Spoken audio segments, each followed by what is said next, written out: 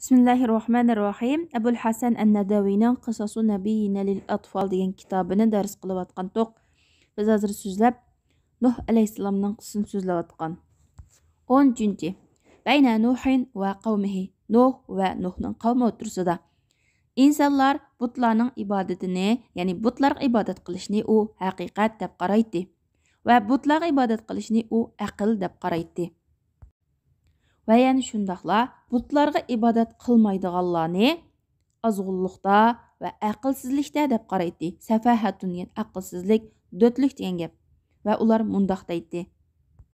Bizning ota-bobolarimiz butlarga ibodat qiladi. Falimaza la ya'buduha haza. Undaqda nima uchun bu butlarga ibodat qilmaydi? Va kana Nuhun yara anna ibadatal asnami dalalatun. Nuh butlarga ibodat qilishni azg'unlik deb qaraydi. Va butlarga ibodat qilishni aqlsizlik, dötlik deb qaraydi. Nuh bo'lsa, ash kishilar davagan atalmış ota-bobolarni azg'unlikda va dötlikda deb qaraydi.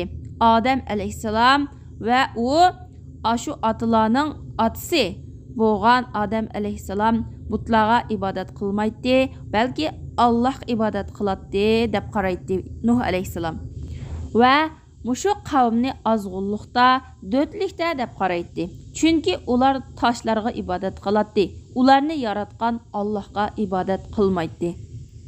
Nuh alayhissalom qavm ichida turib, yuqori ovoz bilan mundaq dedi. Ey qavmim, Allohga ibodat qilinglar. Ma lakum min ilahin g'ayruhu. Sizlarga Allohdan boshqa hech bir iloh yo'q. Men haqiqatan sizlarga katta kunning azobidan ansirayman. Ya'ni qiyomat kunining azobidan ansirayman. Qalal mala'u min qawmihi. Uning qavmidan bo'lgan kishilar, mala'u degan cho'nglari yoki bir to'p kishilarni ko'rsatdi. Inna lanaraka fi dalalin mubin. Biz seni haqiqatan oshkora ochiq azg'unlikda deb qaraymiz. Ya'ni aniq azg'unlikda deb qaraymiz. Shuning bilan Nuh alayhissalom mundaq dedi. Ey qavmim, menda azg'unlik yo'q, ya'ni men azg'un emas, lekin men olamlarning Robbi bo'lgan Alloh taolo tarafdan avatilgan elchiman. Men sizlarga Robbimning elchiligini, risolatini sizlarga yetkazaman va sizlarga nasihat qilaman, samimiy bo'laman va Alloh taolo tarafdan, ya'ni Allohning bildirishi bilan sizlar bilmaydigan narsalarni men bilaman. 14. Ittaba'akal arzalun. Sana aytı xar, pəskaş, müşündaq kişilər əgəşkən tusa, bu baylarının, mütəkkəbbirlərinin gibi. Vəctəhədə Nuhun kəsirən ən yu'minə qavmuhu və ya'budullahə. Nuh aleyhisselam qavminin iman etişi və Allah ibadet qilish üçün nəhayət tirişçanlıq göstərdi. Və butlarını tərk etiş üçün nəhayət tirişçanlıq göstərdi. Lakin Nuh aleyhisselamğa Nuhның qavmidən bo'lgan bəzi kişilərlə əgəşdi. Afrod degan yakka shaxslar degan gap nəhayət az sonli kishilar ergashdi. Nuh alayhissalomga az sondagi ba'zi kishilar iymon etdi. Bular o'zlarining qo'llari bilan ishlab haloldan yeydigan kishilar edi. Ammo Nuh alayhissalomning qavmidan bo'lgan boylarga kelsak, ularning kibri, takabbürligi Nuh alayhissalomga itoat qilishdan ularni cheklab qo'ydi. Va ularning mol dunyolari, farzandlari ularni oxirat haqida tafakkur qilishdan ularni mashg'ul qildi va ular mundaq deydi. Biz nəhayət sharafli kishilar tursak va bular, ya'ni sana ergashgan kishilar nəhayət xor, pastkash kishilar tursa deb mushta deyishdi. Nuh alayhissalom ularni Alloh taolo tarafga da'vat qilgan vaqtida ular anu'minu laka wattaba'akal arzalun deyishdi. Ya'ni sana nəhayət pastkash, xor kishilar ergashgan tursa biz sana iymon aytamdiq deb mushundaq deyishdi. Va Nuh alayhissalomdan bu miskin, faqir, bechora kishilarni qo'g'ilib etishni talab qildi. Lekin Nuh alayhissalom buningga qo'shilmadi, abadiga unimidi, boshlatdi degan gap. Va men mu'minlarni qo'g'ilib etmayman dedi. Chunki mening ishkim podshohning ishi emas. Va men faqat ochiq oshkora ogohlantiruvchiman. Nuh alayhissalom mushu miskin, bechora kishilarning mümin, Allohga ixlosmand kishilar ekanligini biladi. Shundaq yana Nuh alayhissalom agar bu miskin, bechora kishilarni qo'g'ilib atganda Allohning g'azablanadiganligini, u chaqda Nuh alayhissalomga hech kimning yordam bermaydiganligini biladi.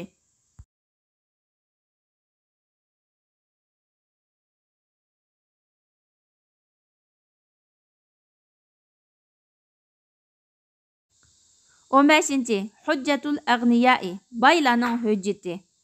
Yani dalili. Ve qalal agniya. Bay kişiler şundaq deyişdi. Allazi yad'u ilayhi Nuhun laysa bihaqqin ve laysa bi khayrin. Nuh davet qılıbatqan bu iş haqiqat emas ve yaxşılıq emas. Limaza? Nima uchun? Chunki biz sinab baqdiq.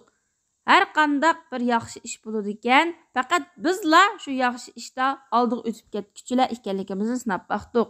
Ya'ni har qandaq yaxshi ish bo'ladi ekan, mana biz oldida mangamiz. Agar Nuhning da'vat qilayotgan bu da'vati haqiqat va yaxshilik bo'lgan bo'lsa, biz uning oldiga o'tib ketadiq demoqchi. Ya'ni bu ish yaxshilik bo'lgan bo'lsa, Nuhdan avval biz da'vat qilatdik, bu yaxshilikqa biz chaqiratdik, insonlarni biz da'vat qilatdik. Demak, biz Nuhning kaynida qolgan ekanmiz, bu yaxshilik emas demoqchi. Barliq yaxshi tomoqlar, yaxshi yemekliklar bizning. Barliq go'zal kiyimlar bizning.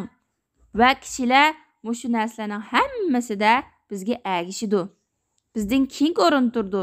Va biz bu shaharda yaxshilikning bizga xato ketmaydiganligini va bizdan yaxshilikning o'tib ketmaydiganligini ko'rdik.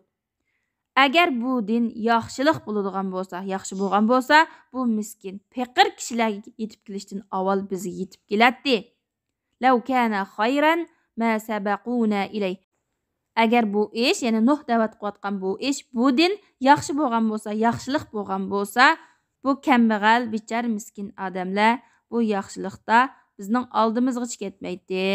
Ya'ni bu yaxshilikqa erishishda, bu yaxshilikni anglashda yoki qabul qilishda bizning oldimizga ketmaydi. 16.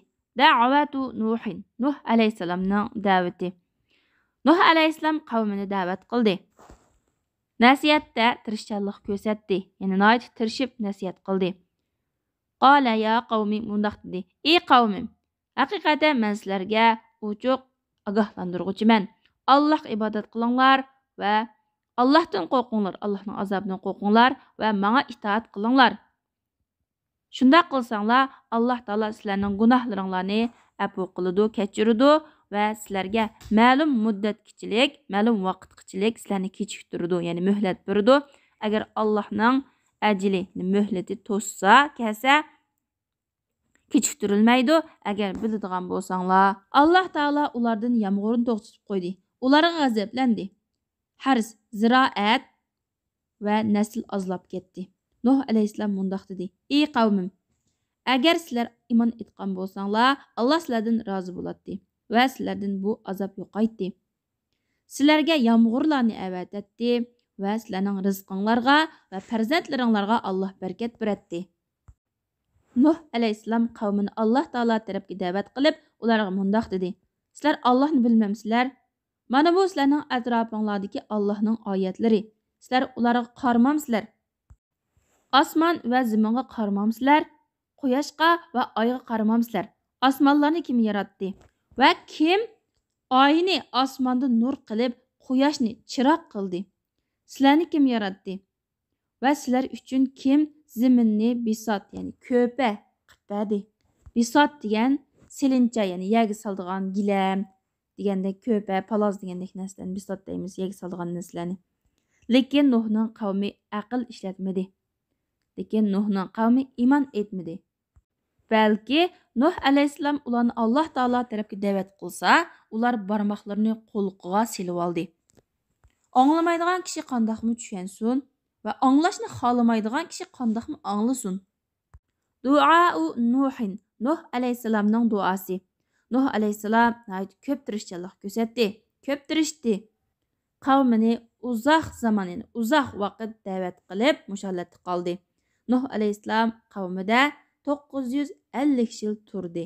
Alfa sanatin illa 50 aman degan 50 yil kam 1000 yil, ya'ni 950 yil Makkada degan turdi degan gap.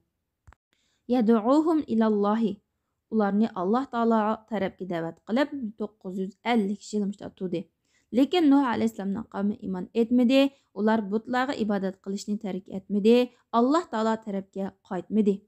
Fa ila mata yantaziru Nuhun. Nuh alayhissalom qachongacha kutadi, qachongacha ta'xir qiladi. Qachongacha zamindagi buzuqchilik, fasodchiliklarni ko'radi va qachongacha butlarning ibodat qilinayotganligini ko'radi. va qachongacha insonlarning Allohning rizqidan yeb turib, Allohdan boshqaga ibodat qilayotganligini ko'rdi. Nima uchun Nuh g'azablanmasin? Chunki u nihoyat sabr qildiki, hech kim uningga o'xshash sabr qilib baxmagan. 950 yil. Allohu akbar, Allohu akbar. Alloh taolo Nuh alayhissalomga shundoq vahiy qildi. Qavmingdan ilgari iymon etgan kishilardan boshqalar endi iymon etmaydi. Nuh alayhissalomning qavmi Nuh alayhissalom ularni yana bir qatim da'vat qilgan chaqda mundoq dedi: "Ey Nuh, biz bilan ko'p jidallashding. Ham bu jidalni ko'p qilding. Fa'tina bima ta'iduna in kunta minas sodiqin." Agar sen rostchilardan bo'lsang, undaqda bizga va'da qilgan shu azob va'dasini akab baqin, keltirib baqin. Nuh alayhissalom Alloh uchun g'azablandi va bu kishilardan umidsizlandi va mundoq dedi: Allahumma degan ey Alloh degan gap. Ey Alloh, zamin yuzida kofirdan hech kimni qo'ymagan, hech qanday kofirni qo'yib qo'ymagan deb duo qildi. As-safinatu kema. Alloh taolo Nuh alayhissalomning duosini ijobat qildi va Nuhning qavmini suvda g'arq qilib o'tishni iroda qildi.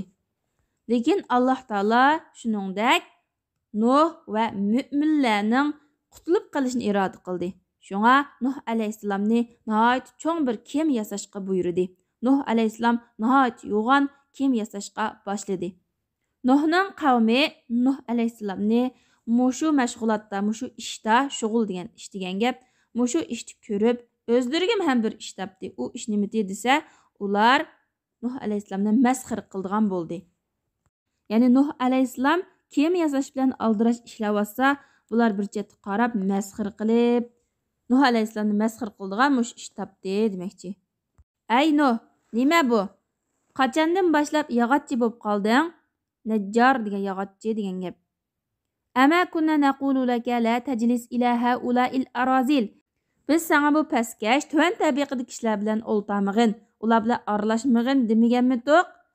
Lekin sen bizning so'zimizni anglamading. Bular bilan o'ltading. Bu yog'ochchilar bilan, to'mirchilar bilan o'ltirib, yog'ochchi bo'lib qolding. Ey Nuh, bu kema nega mangadi? Sening ishlaringning hammasi ajoyib, g'alita. Bu kema qumda mangamdi yoki taqqa chiqamdi? Dengiz bu yerdan bahiroq. Bu kemani jin ko'tiramdi yoki kalalar so'ramdi?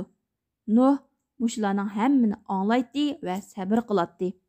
Nuh buningdimi qattiqroq, ig'irroq bo'lgan so'zlarni anglagan va sabr qilgan. Lekin u ularga ba'zi shundoq deydi: "Agar sizlar bizni masxir qilsanglar, sizlar bizni masxir qilganga o'xshash, biz sizlarni masxir qilamiz." 19. At-tufanu, to'fon balasi. Allohning va'dasi keldi. Alloh saqlasin. Amtaratis sama. Osmondan yomg'ir yog'di. Va amtarat. Yog'di. Osmon xuddi suv tutib turolmaydigan elgakdek bo'lib ketdi. Suv buloq bo'lib chiqdi, oqdi. Hatto kishilarni har tarafdan o'rib oldi, qurishib oldi. Alloh taolo Nuh alayhissalomga shundoq vahiy qildi: "Qavmingdan va ahlingdan sana iymon etgan kishilarni o'zing bilan birga olgin." Ya'ni bu kemaga chiqarib olgin. Alloh taolo Nuh alayhissalomga o'zi bilan birga kemada qushdan va hayvondan erkaki bo'lib bir juftini elib olishni vahiy qildi. Chunki to'fon balasi umumiy bo'lib, uningdan inson yoki hayvon qutulolmaydi. Nuh alayhissalom shundoq qildi. O'zi bilan birga kemada qavmidan Nuh alayhissalomga iymon etgan kishilar batdi va har bir hayvondan va qushdan bir juftdan batdi. Kema tog'larga o'xshash to'lqinlarda ularni ilib mangdi. Qavm, ya'ni Nuh alayhissalomning kemaga chiqamay qolgan qavmi Allohning azobidan qochib, egiz joylarga, do'ngliklarga, to'pliklarga chiqib oldi. Irtaqa o'rlidi, chiqdi degan gap, yuqoriga chiqdi. Robbatun do'nglik. Ulug' Rabbimiz hammamizning gunohlarini mag'firat qilsin, azobidan saqlasin. Bugun dars mushat tugdi. Subhanak Allohumma bihamdik, ashhadu an la ilaha illa anta, astagfiruka va atubu ilayk.